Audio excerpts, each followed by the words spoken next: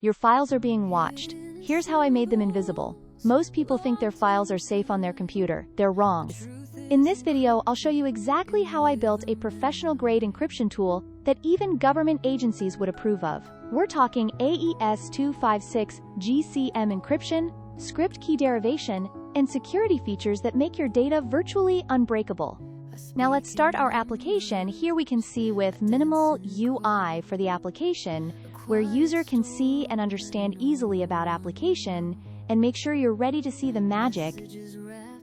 Over here, there are required buttons only that can provide easy access to all the features. Over here, let's click on select file and choose a file. For referring, I'm choosing the PDF for now. Let's encrypt this file with password for this file. Here we are, adding a simple password for demonstration.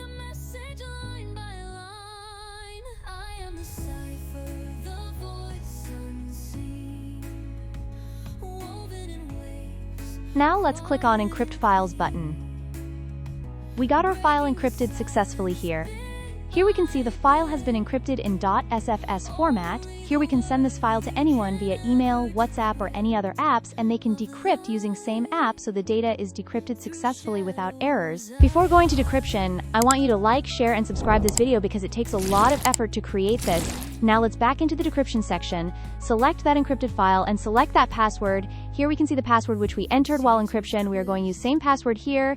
Now let's add that password here for decrypting and select the path for saving the file and click on the decrypt button.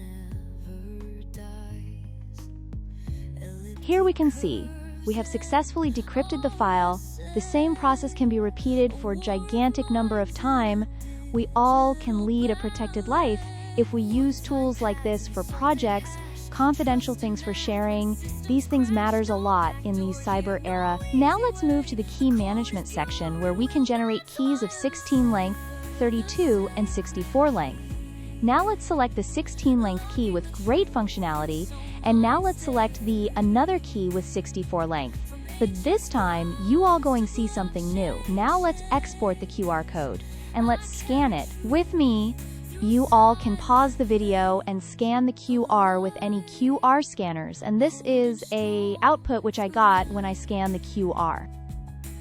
This is the file manager, which being developed, and settings tab is present.